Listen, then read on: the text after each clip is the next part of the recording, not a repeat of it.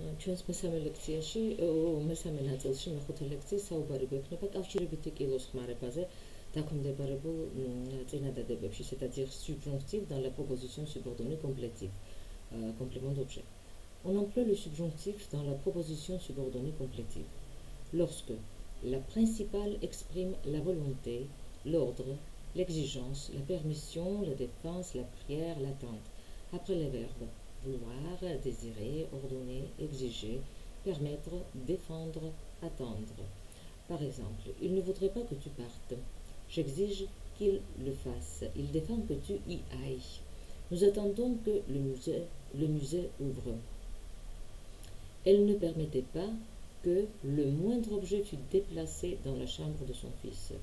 Elle voulait que son retour fût une fête et que tout ce qu'il aimait se trouva dans sa chambre. Remarque, les verbes dire, écrire, crier, prévenir, avertir, faire savoir peuvent servir à exprimer un ordre et sont alors suivis du subjonctif.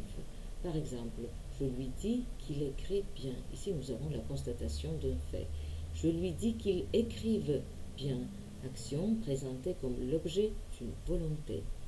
Ensuite, lorsque la principale exprime un sentiment, la joie, le contentement, la peur, le chagrin, l'étonnement, l'appréciation, le jugement.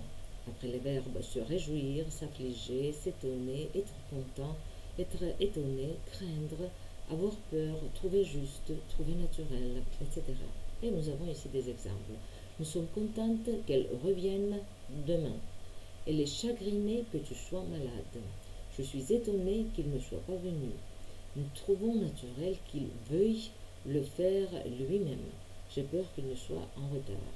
Remarque, les verbes exprimant la crainte, tels que craindre, avoir peur, trembler, frémir, et le verbe empêcher, employé à la forme affirmative, sont habituellement suivis dans des subordonnés affirmatifs de la particule ne. Je crains qu'il ne pleuve. Je crains qu'il ne pleuve pas. Je ne crains pas qu'il pleuve. Lorsque le verbe de la principale exprime le doute, l'incertitude, la négation, après le verbe douter, nier, contester, et les verbes penser, croire, savoir, prétendre, supposer, trouver, etc., employés à la forme négative ou interrogative. Je nie que cela puisse arriver.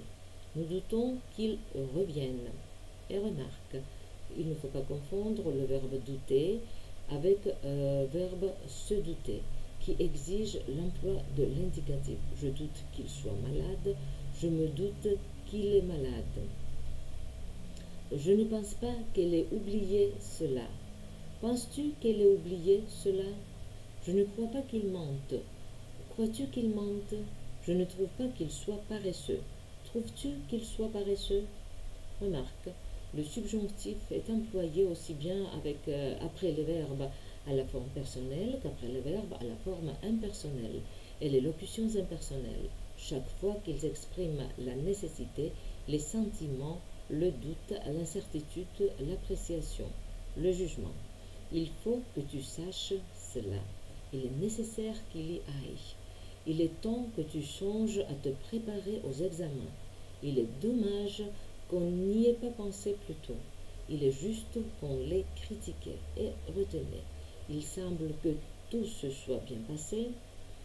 Il lui semble que tout s'est bien passé. Il est peu probable qu'elle puisse le faire toute seule. Il est probable qu'elle pourra le faire toute seule. Et des cas particuliers. Il est à noter que certains verbes polysémiques peuvent gouverner différents modes. Supposer, entendre, comprendre, admettre.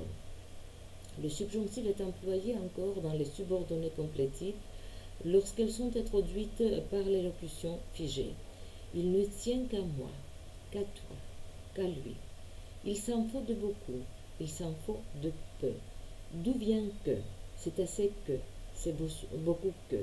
Et des exemples. Il ne tient qu'à lui que nous soyons admis dans ce cercle. Il s'en faut de beaucoup que ce travail soit parfait. D'où vient que vous soyez à la maison à cette heure? Cette traduction est difficile. C'est beaucoup que vous en ayez fait la moitié. Dans tous les exemples cités, l'emploi du subjonctif dans les subordonnés complétifs était conditionné par le sens de la proposition principale. Mais le choix du mode peut être aussi conditionné par la place de la subordonnée, c'est-à-dire par l'ordre dans lequel les propositions se suivent dans une phrase. C'est certain qu'il sera en retard. Qu'il soit en retard, c'est certain. Ainsi, le verbe d'une subordonnée introduite par que, placé devant la principale, se met au subjonctif. Cette subordonnée remplit la fonction de complément d'objet ou de sujet. Qu'il ait fait cela m'étonne, subordonné sujet. Qu'il se permit de les troubler en un moment pareil, il ne le lui pardonnait pas. Dans ce cas, nous avons subordonné complément d'objet.